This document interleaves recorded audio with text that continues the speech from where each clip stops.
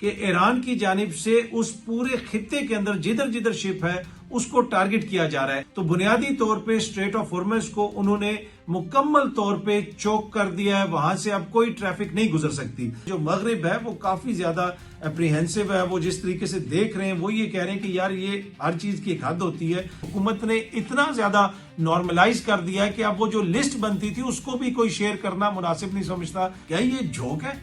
दुनिया के किस मुल्क में ऐसा होता है कि जनाब पब्लिक सेक्टर के स्कूल्स हैं जो किसी इनिशिएटिव के तहत चल रहे हैं, पब्लिक प्राइवेट पार्टनरशिप है, और उन स्कूल्स के अंदर जो है 20,000 असातिज़ा को तनख्वाही नहीं दी गई 3 महीने से। जनरल बाजवा की सेहत के हवाले से काफी खबरें गर्दिश कर रही हैं कि उनकी तबीयत नासाज है, उनको कोई खुदा न खास्ता ब्रेन हेमरेज वगैरह हुआ है। इस हद तक मैं कंफर्म कर सकता हूं कि उनके टेलीफोन के ऊपर जो मैसेजेस वगैरह किए जा रहे हैं अब वो मैसेजेस वगैरह डिलीवर नहीं होते। अस्सलाम वालेकुम, उम्मीद है कि आप सब लोग खैरियत से होंगे। ये मनाजिर सामने आप देख सकते हैं, एक बहरी जहाज को आग लगी हुई है। गुज़िश्ता 24 घंटों के दौरान स्ट्रेट ऑफ हॉर्मुज के करीब उस इलाके में समंदर में 3 बहरी जहाजों को निशाना बनाया गया है जो तेल वहां से ले जाने की कोशिश कर रहे थे। ईरान ने यह वार्निंग दी हुई है कि किसी भी जहाज को हम यहां से नहीं गुजरने देंगे। वैसे अगर आप ओवरऑल देखें तो गुज़िश्ता तकरीबन 2 हफ्ते के दौरान वहां पे 13 शिप्स को टारगेट किया गया है। पहले कुछ शिप्स गुजर रही थी, लेकिन आखिरी चंद रोज से हम देख रहे हैं कि अब किसी भी शिप को वहां से गुजरने नहीं दिया जा रहा है। ये जो मनाजिर हैं ये गुज़िश्ता रात के हैं। एक शिप को आग लगी हुई है। वहां से जो तफसीलात आ रही हैं उन तफसीलात के मुताबिक एक शिप को निशाना बनाया गया इराक के करीब, यानी इराक के जो पानी है उनके करीब। एक शिप को निशाना बनाया गया यूएई के पानियों के करीब, और एक और शिप को भी निशाना बनाया गया जो उसी एरिया के अंदर थी। ये शो ये करता है क्योंकि ये बड़ा इंपॉर्टेंट पॉइंट है कि ईरान की जानिब से उस पूरे खित्ते के अंदर जिधर जिधर शिप है उसको टारगेट किया जा रहा है। इराक के करीब भी वो टारगेट कर रहे हैं, यूएई के करीब भी वो टारगेट कर रहे हैं, अपने पानी के करीब भी वो टारगेट कर रहे हैं। तो बुनियादी तौर पे स्ट्रेट ऑफ हॉर्मुज को उन्होंने मुकम्मल तौर पे चोक कर दिया है, वहां से अब कोई ट्रैफिक नहीं गुजर सकती, जिसकी वजह से तेल की कीमतें अब दोबारा कहा जा रहा है कि $100 से ऊपर चली गई हैं। और ईरान ये कहता है कि अगर इन्होंने जंग बंद ना की तो ये कीमतें $200 तक जाएंगी। अगर खुदा न खास्ता $200 तक कीमतें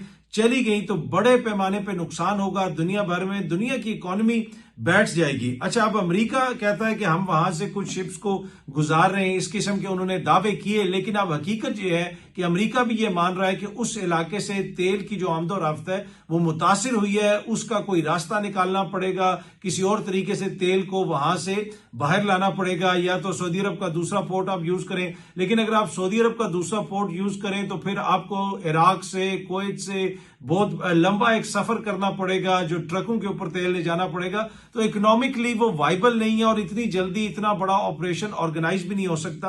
पर एनीवे, इस जंग के नतीजे में जहां पे ईरान के अंदर बड़े पैमाने पे नुकसान हो रहा है, वहीं पे ईरान जो खित्ते के अंदर दीगर इस तरह की इंस्टॉलेशंस हैं वो उनको भी टारगेट कर रहा है, और कुछ जगहों को ऐसे लोगों ने भी टारगेट किया है जिनके हवाले से ईरान ये कहता है कि हमारा इनसे कोई ताल्लुक नहीं, हमें नहीं पता ये कौन लोग हैं, कौन निशाना बना रहे हैं। अब उस हवाले से खदशा ये है कि इसराइल भी चाहता है कि ये जंग बढ़े, क्योंकि अमेरिका के अंदर इसके हवाले से आवाजें उठ रही हैं कि इस जंग को खत्म किया जाए। इसके साथ साथ बहुत सारे जो अमेरिका के इत्तेहादी मुमालिक हैं उन्होंने इस जंग का हिस्सा बनने से इनकार कर दिया है। कनाडा ने भी वाज़ेह तौर पे इनकार कर दिया है, बरतानिया ने भी इनकार कर दिया है, स्पेन के वजीर आजम ने अपना सफीर वापस इसराइल से बुला लिया है। उन्होंने बुनियादी तौर पर एहतजाज किया है कि जिस तरीके से टारगेट किया गया स्कूल की बच्चियों को ईरान के अंदर, उसके ऊपर उन्होंने अपना एहतजाज रिकॉर्ड करवाया। वैसे वो जो स्कूल को टारगेट किया गया उस हवाले से ये कहा जा रहा है कि वो अमेरिका की स्ट्राइक थी, अमेरिका ने 2 टोमाहॉक मिसाइल वहां पे इस्तेमाल किए। अच्छा, उसके ऊपर ट्रंप ने ये कहा कि जी हमें नहीं पता ये किसने स्ट्राइक किया, हो सकता है किसी और मुल्क ने वो मिसाइल मार दिया हो। अब ये जो मिसाइल है, मैंने आपको पहले भी बताया था कि ये सिर्फ 2-3 ममालिक के पास हैं, या तो अमेरिका के पास हैं, या ऑस्ट्रेलिया के पास हैं, या बरतानिया के पास हैं, शायद 1 या 2 मुल्क कोई और हों जिनको अमेरिका ने दी हों। और इन मिसाइलों को आप कहीं से लॉन्च नहीं कर सकते।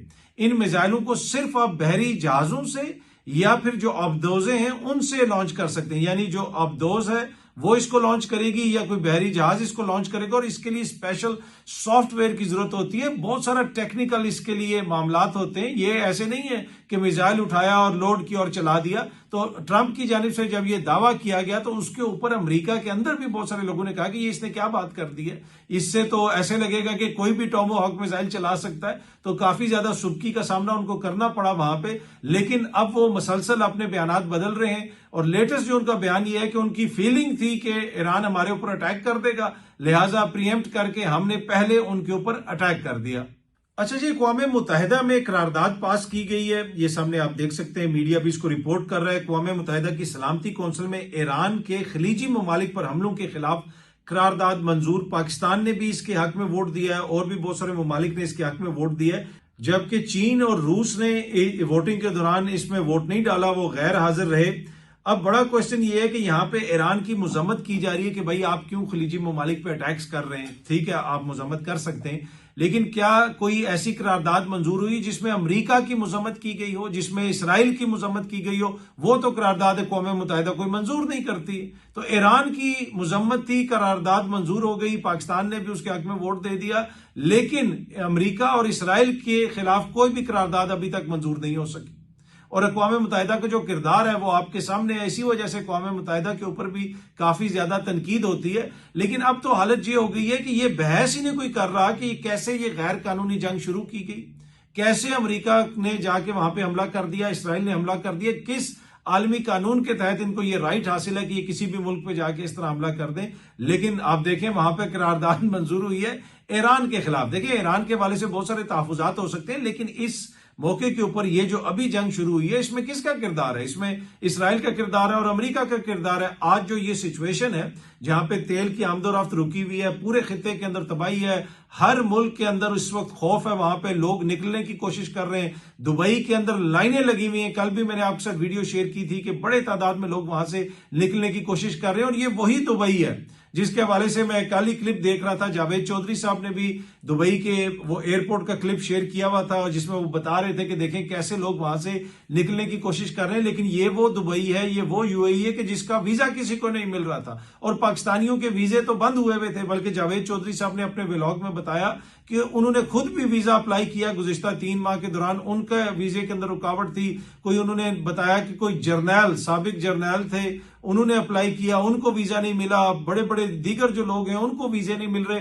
यूएई किसी को वीजा नहीं दे रहा था, दुबई किसी को वीजा नहीं दे रहा था। लेकिन अब हालत यह है कि वहां से निकलने के लिए लोगों की लाइनें लगी हुई हैं। लोग कह रहे हैं भाई किसी तरीके से हमें यहां से निकालो। तो सबसे ज्यादा मैंने आपको पहले भी बताया था कि सारी जंग के दौरान दीगर ममालिक का भी नुकसान हुआ है, लेकिन जो कुछ दुबई में हुआ है ये तो एक बहुत बड़ी ट्रेजेडी है। इससे वो कैसे रिकवर करेंगे वो इतना आसान नहीं होगा। एनीवे, ये जो सिचुएशन अब बनी है कि वो यूएई, वो दुबई जो किसी को वीजा नहीं देता था, जावेद चौधरी साहब ने अपना नाम लिया, जर्नैलों का उन्होंने कहा कि 2 जर्नल साहिबान उनको वीजा नहीं दिया गया, बाकी दीगर जो इंपॉर्टेंट शख्सियात, कारोबारी शख्सियात, उनको वीजे नहीं दिए गए। और फिर इसहाक डार साहब को कहा गया तो थोड़ी कोई बात की हुकूमत पाकिस्तान ने, तो कुछ बहुत इंपॉर्टेंट लोगों को वीजे वगैरह दिए गए, बाकी किसी को वीजा नहीं दिया जा रहा था। लेकिन अब हालत यह है कि वहां पे कोई जाएगा क्या? वहां से निकलने के लिए लोग जो है वो हाथ पांव मार रहे हैं कि किसी तरीके से हम यहां से निकलें। लेकिन जिस तरह मैं अर्ज कर रहा था कि इस नहज पे चीजें इसलिए पहुंची हैं कि खित्ते के अंदर ये जो जंग है ये अमेरिका और इसराइल ने शुरू की। क्या उनकी कोई मजम्मत करेगा? क्या उनके हवाले से कोई ऐसी बात करेगा?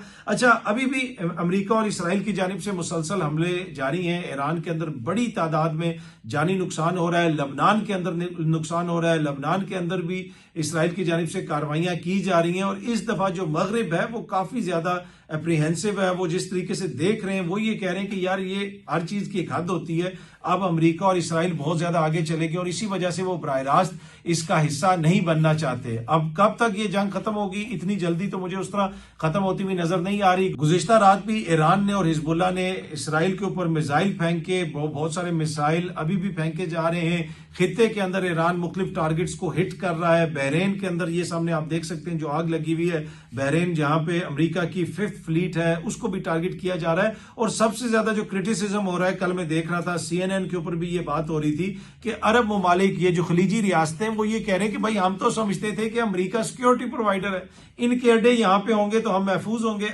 इस सारी एपिसोड से तो ये चीज वाजे हुई है कि जिधर जिधर अमेरिका का अड्डा है वो महफूज नहीं है। और कल अगर किसी बड़े मुल्क से जंग लग गई, देखे ना ईरान की कोई बहुत ज्यादा फौजी ताकत तो नहीं है, अगर कल रशिया से या खुदा ना खास्ता चाइना से जंग होगी तो उन्होंने तो एक एक मिसाइल मार के अड्डे के साथ साथ पूरा पूरा हमारा मुल्क तबाह कर देना है। तो ये जो अमेरिका की खड़पैंची बनी हुई थी वो सारी उड़ा दी गई है ईरान की जानिब से, और जितना अमेरिका बुरे तरीके से एक्सपोज हुआ है उसकी कोई मिसाल नहीं मिलती। यहां तक कि इन्होंने साउथ कोरिया के करीब से अपना जो इनका थर्ड सिस्टम है जो मिसाइलों को इंटरसेप्ट करता है उसको वहां से मूव किया है। उस हवाले से भी न्यूज आ रही है, जिसको सुन के नॉर्थ कोरिया के जो लीडर हैं उन्होंने अपने मिसाइल तजर्बे शुरू कर दिए। तो अमेरिका को काफी ज्यादा सुर्खी का सामना और कोई प्लान अमेरिका की तरफ से नजर नहीं आ रहा। लेकिन बड़ी खबर यह है कि आबनाए हुर्मुज़ में अब शिप्स को बाकायदा तौर पे टारगेट करना शुरू कर दिया गया है ईरान की जानिब से, और वो ये कह रहे हैं कि 1 लीटर पेट्रोल, जी हाँ जी 1 लीटर पेट्रोल भी यहां से नहीं गुजरने देंगे जब तक अमेरिका और इसराइल ये जंग बंद नहीं करेगा। और अब तो वो यहां तक कह रहे हैं कि जी हमें आप कॉम्पनसेट भी करें। क्या वो कॉम्पनसेट करेंगे मुझे नहीं पता, मेरा नहीं ख्याल कि वो कॉम्पनसेट करेंगे, लेकिन इस जंग की जो कॉस्ट है अब वो सिर्फ ईरान महसूस नहीं कर रहा, पूरा खिता महसूस कर रहा है। और जो जो ये जंग आगे बढ़ेगी पूरी दुनिया इस जंग की कॉस्ट को फील करेगी। अच्छा जी, आज इमरान खान साहब से मुलाकात का दिन है। मुझे नहीं पता कि अभी तक कौन अडयाला जेल पहुंचा है, इसलिए कि मैंने पहले भी आपके साथ ये चीज शेयर की थी कि अब ये चीज इतनी नॉर्मलाइज हो गई है कि खान साहब से मुलाकात नहीं होगी, उन तक एक्सेस नहीं दिया जाएगा। कि वो जो लिस्ट आती है, जिस लिस्ट का इंतजार होता था, जिस लिस्ट के ऊपर प्रोग्राम्स होते थे, जिस लिस्ट के ऊपर तजिए तबसरे होते थे, जिस लिस्ट के ऊपर इल्जामात लगते थे कि इसका नाम डाल दिया उसका नाम नहीं डाला, वो जा रहा है वो नहीं जा रहा, अब हालत यह है कि वो लिस्ट भी कहीं मैंने नहीं देखी, एक दफा भी नहीं देखी गुज़िश्ता रोज से, ना सोशल मीडिया पे ना किसी और जगह पे। यकीनन कोई बनी होगी, कोई लिस्ट भेजी गई होगी कि ये लोग आ रहे हैं, लेकिन अब ये सारा मामला इतना नॉर्मलाइज हो गया है कि खान साहब तक किसी को एक्सेस नहीं दिया जाएगा। उन तक एक्सेस की बात इस वक्त भी इस्लामाबाद हाईकोर्ट में एक केस चल रहा है और वहां पे भी लतीफ कोसा साहब यही आर्ग्यू कर रहे हैं कि उनके जो जाती मॉलेज हैं उनको एक्सेस दिया जाए। लेकिन खान साहब की जो इस वक्त उनकी जो कन्फाइनमेंट है, यानी जिसके अंदर वो किसी भी अपने साथी से नहीं मिल सकते, किसी अपने फैमिली मेंबर से नहीं मिल सकते, अपने जाती मॉलेज से नहीं मिल सकते, इसको हुकूमत ने इतना ज्यादा नॉर्मलाइज कर दिया है कि अब वो जो लिस्ट बनती थी उसको भी कोई शेयर करना मुनासिब नहीं समझता कि भाई क्या फायदा, लिस्ट तो बन गई है, जाएंगे हम, मुलाकात नहीं होगी। मैं ये नहीं कह रहा कि आज कोई नहीं गया, यकीनन कोई ना कोई वहां पे गया होगा, लेकिन अब चीजें इस नहज पे पहुंच गई हैं कि खान साहब की रिहाई तो छोड़ दें, उनसे जो मुलाकात भी छोड़ दें, उनसे जो मुलाकात के लिए लिस्ट तैयार होती थी अब वो भी इररेलेवेंट होती जा रही है। इतनी ज्यादा जो हुकूमत ने इस मामले को नॉर्मलाइज कर दिया कि खान साहब तक किसी को एक्सेस नहीं दिया जाएगा। बाहर जो भी फैसले करने अब जमात खुद ही फैसले करे। अच्छा, हुकूमत की ख्वाहिश है कि ये लोग पार्लियामेंट में आए। मैंने आपको कल भी ये खबर दी थी, मैं दोबारा आपको ये खबर दे रहा हूं कि बार बार मैसेजेस भेजे जा रहे हैं और पीटीआई के अंदर भी डिफरेंट टीयर की जो लीडरशिप्स हैं उनको एंगेज करने की कोशिश की जा रही है कि आप कमेटियों के अंदर आए, पार्लियामेंट के अंदर आए, आपको इलेक्शन पहले दे देंगे। जो अब तक इस हुकूमत ने किया है पीटीआई के साथ, क्या पीटीआई को उनकी किसी ऑफर के ऊपर यकीन करना चाहिए? ये फैसला तो पीटीआई खुद ही करेगी। लेकिन कुछ जो क़यादत है पाकिस्तान तहरीक इंसाफ की, उन्होंने तो वाज़ेह अल्फाज में कहा है कि किसी पार्लिमानी कमेटी के अंदर हम शामिल नहीं होंगे क्योंकि इमरान खान साहब का यही हुक्म है। लेकिन जमात के अंदर बैठे हुए कुछ लोग ये कहते हैं कि जी हमें पार्लिमानी कमेटियों का दोबारा हिस्सा बन जाना चाहिए, और ये भी कहा जा रहा है कि जी अर्ली इलेक्शन की बात भी हो जाएगी, ये हो जाएगा वो हो जाएगा। लेकिन बात वही है कि जो हुकूमत इमरान खान साहब के जाती मॉलेज को उन तक रसाई नहीं दे रही, वो बाकी किसी बात के ऊपर क्या अमल दरामद करेगी? ये वो एक क्वेश्चन है जिसके ऊपर बार बार बहस भी हो रही है और डिस्कशन हो रही है और जिसके ऊपर एतराज भी हो रहा है। अगर कोई ये कहता है कि जी हुकूमत ये दे देगी वो दे देगी, तो वो आगे से ये क्वेश्चन किया जाता है कि भाई ये तो ये कर रहे हैं, इनका कंडक्ट ये है, क्या इनके पास इतना इख्तियार है कि ये हमें कोई इस तरह का रिलीफ दे सकें या हमारी खान साहब से मुलाकात करवा सकें? अच्छा जी, सिंध का गवर्नर तब्दील हो रहा है। निहाल हाशमी साहब को नामजद कर दिया गया है। मीडिया भी अब इसको रिपोर्ट कर रहा है। निहाल हाशमी साहब की वज़ीर आज़म साहब से मुलाकात भी हुई है। कामरान टसूरी साहब अब चले जाएंगे, अब पता नहीं वो कब जाएंगे। वैसे मैंने आपको बताया था कि पाकिस्तान के अंदर अगर कोई लाइफ बंदा एंजॉय कर रहा है तो वो कामरान टसूरी भाई हैं। लगता है कि नजर ही लग गई हमारे कामरान भाई को। उन्होंने जब से इंडिया को धमकी दी है, यकीनन इंडिया की आंख में भी वो खटकते थे, क्योंकि उन्होंने इंडिया को कहा था कि कराची में 40 लाख मोटरसाइकिल्स हैं, तो उन मोटरसाइकिल्स की क़यादत करता हुआ मैं 40 लाख मोटरसाइकिल्स लेके इंडिया में घुस जाऊंगा। जब ये सारा जंग वाला मामला चल रहा था तो कामरान टसूरी भाई ने फ्रंट से लीड किया हर चीज को। अब ये कहा जा रहा है कि निहाल हाशमी साहब अगले वहां पे गवर्नर होंगे। निहाल हाशमी साहब पुराने दरीना कारकुन हैं नून लीग के, तो यकीनन उनको नामजद करना उनकी पार्टी का राइट है, उसमें तो कोई दो राय नहीं। लेकिन इसमें एक और इशू ये है कि नून लीग की तो बड़े अरसे से ख्वाहिश थी कि खैबर पख्तूनख्वा में जिस तरीके से पीपल्स पार्टी का गवर्नर है और पंजाब के अंदर जिस तरीके से पीपल्स पार्टी का गवर्नर है, उसी तरह सिंध के अंदर जो है वो नून लीग का गवर्नर होना चाहिए। और ये फार्मूला तय किया गया था कि पंजाब में पीपल्स पार्टी का गवर्नर होगा और सिंध में नून लीग का गवर्नर होगा। लेकिन गवर्नर बन गए कामरान टसूरी भाई। अब ये खबर मैंने आपके साथ एक दफा पहले भी शेयर की थी कि जब वो गवर्नर बन गए उनको बुलाया गया इस्लामाबाद और बैठा लिया उनको सामने राना सनाउल्लाह साहब ने और उनसे पूछा कि भाई आप कैसे गवर्नर बन गए। और कुछ और हुकूमती शख्सियात से भी उनकी बात हुई और उनको बाकायदा तौर पे ये कहा गया कि आप रिजाइन करें। तो उन्होंने रिजाइन तो नहीं किया, उन्होंने कहा कि मैं अपनी जमात से मुशावरत करूंगा। फिर जो उनके दोस्त थे जो उनको गवर्नर जिन्होंने उनको गवर्नर बनाया उन्होंने कहा भाई आपने इस्तीफा नहीं देना, आप ही गवर्नर रहेंगे। उनके दोस्तों से मेरी मुराद है कि जो MQM के उनके साथी हैं वही हो सकते हैं ना, उन्होंने ही उनको बनाया होगा। तो एनीवे उन्होंने कहा कि भाई आपने इस्तीफा नहीं देना और कामरान टसूरी साहब अड़ गए। नून लीग के लिए बड़ा मसला बना क्योंकि जो फार्मूला था वो ये था कि पंजाब में पीपल्स पार्टी का गवर्नर और सिंध में हमारा गवर्नर। तो काफी अरसे से ये मामला खटाई में पड़ा हुआ था। अब जाके काफी अरसे के बाद जो है लगता ये है कि वो फार्मूला मटीरियलाइज होने लगा है और नून लीग का गवर्नर आने लगा है सिंध में। अच्छा, ये इनके जो पावर शेयरिंग फार्मूले हैं वो तो चल रहे हैं कि भाई इधर ऐसे करना है उधर वैसे करना है, इतना इक्तदार आपने एंजॉय करना है उतना हमने एंजॉय करना है। वो तो ये काम सारे बड़े बेहतरीन तरीके से कर रहे हैं और कहीं पे अगर कोई रुकावट आती है तो उसको भी हल कर लेते हैं। लेकिन एक और खबर पंजाब से आ रही थी, ये सामने आप देख सकते हैं, डॉन न्यूज इसको रिपोर्ट कर रहा है कि 20,000 स्कूल टीचर्स को 3 महीनों से, जी हाँ जी 3 महीनों से तनख्वाह नहीं दी गई।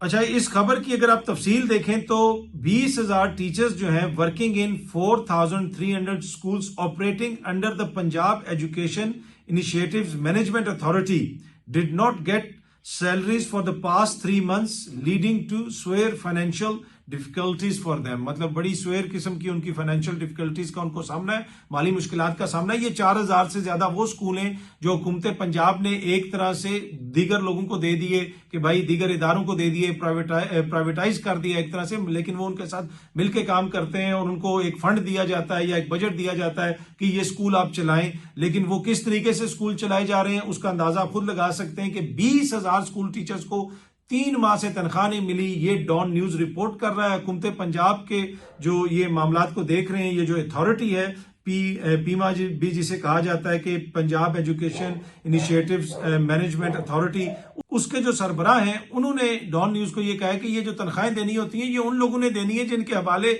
हमने स्कूल कर दिए। हमने तो जो उनको पेमेंट वगैरह करनी होती है वो हम करते हैं और कुछ बैकलॉग था वो भी हम उसको भी हम क्लियर वगैरह कर रहे हैं, कुछ क्लियर भी कर दिया गया है। लेकिन ये किन लोगों के हवाले स्कूल कर दिए गए हैं कि जनाब 20,000 जो टीचर्स हैं उनको फीस ही नहीं मिली। अब आप इमेजिन करें अगर इनमें से 5,000 भी छोड़ के चले गए तो कितना बड़ा क्राइसिस बन जाएगा, बच्चों की एजुकेशन कैसे मुतासिर होगी। तो इससे आप अंदाजा लगा लें कि ये जो इनिशिएटिव है ये कितना अच्छे तरीके से काम कर रहा है या नहीं कर रहा। ये कोई छोटी बात नहीं है कि आप 3 महीने किसी बंदे से काम करवाएं और उसको तनख्वाह ना दें। क्या ये जोक है?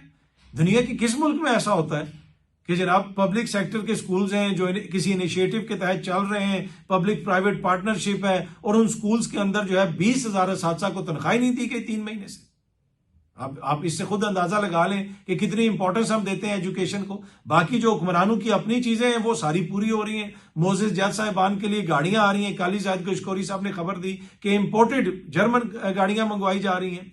अपनी वजीर आला साहिबा का जहाज आ गया, उस जहाज की भी कंट्रोवर्सी चल रही है कि जी वो व्याना गया हुआ है। उस हवाले से भी हुकूमत कुछ नहीं बता रही कि वो किधर गया है या किधर नहीं गया। मैंने आपसे पहले भी ये चीज शेयर की थी कि हमने अज़मा बुखारी साहिबा को उस हवाले से सवालात भी भेजे थे। उनके जो डिपार्टमेंट है रेलेवेंट डिपार्टमेंट, उसको ईमेल भी की थी कि भाई हमें बताएं कि ये जहाज किधर गया, उसमें किसने ट्रेवल किया, मरियम बीबी का क्या कोई दौरा प्लान था, कब कब वो गई, कहाँ पे उन्होंने जाना है, किसने जाना है, इस महीने में किसने उसमें सफर किया। इस किस्म के मुख्तलिफ नौइयत के सवालात उनसे किए थे लेकिन अभी तक कोई जवाब नहीं आया।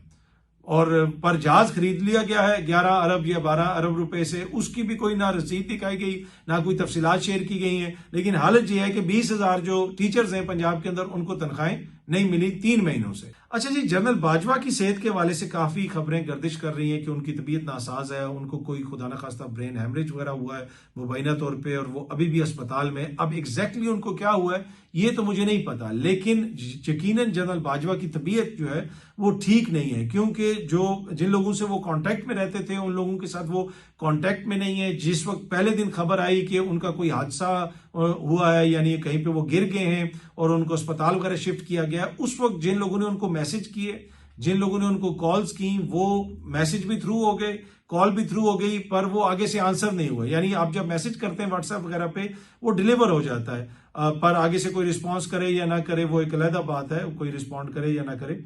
लेकिन अब जो मैसेज वगैरह भी किया जा रहा है वो डिलीवर ही नहीं हो रहा जनरल बाजवा साहब के व्हाट्सएप नंबर के ऊपर काफी दिनों से, तो जिससे ये खदशे का इजहार किया जा रहा है कि जनरल बाजवा साहब उस तरह एक्टिव नहीं है, वो अपना फोन भी इस्तेमाल नहीं कर रहे, तो जिसका यही मतलब है कि उनकी तबीयत काफी ज्यादा नासाज है, जिसकी वजह से वो अपना फोन वगैरह इस्तेमाल नहीं कर रहे, या फिर वो कुछ अरसा ब्रेक लेना चाहते हैं, इस वजह से फोन को उन्होंने बिल्कुल बंद करके रख दिया है। लेकिन उनकी जो तबीयत की नासाजी की खबरें आ रही हैं उसमें अब काफी ज्यादा लोग खदशात का इजहार कर रहे हैं कि तबीयत उनकी काफी ज्यादा नासाज है। अब वल्लाह आलम इसकी एग्जैक्ट क्या डिटेल्स हैं वो तो मुझे नहीं पता, लेकिन इस हद तक मैं कंफर्म कर सकता हूं कि उनके टेलीफोन के ऊपर जो मैसेजेस वगैरह किए जा रहे हैं अब वो मैसेजेस वगैरह डिलीवर नहीं होते, कॉल भी नहीं जाती व्हाट्सएप के ऊपर, जिससे लग रहा ये है कि वो शायद उनकी तबीयत काफी नासाज है और उन्होंने अपना फोन वगैरह बंद किया हुआ है, या फिर वो अपना फोन वगैरह इस्तेमाल नहीं कर रहे। बहुत जल्दी आप सब दोस्तों से दोबारा मुलाकात होगी। Thank you very much.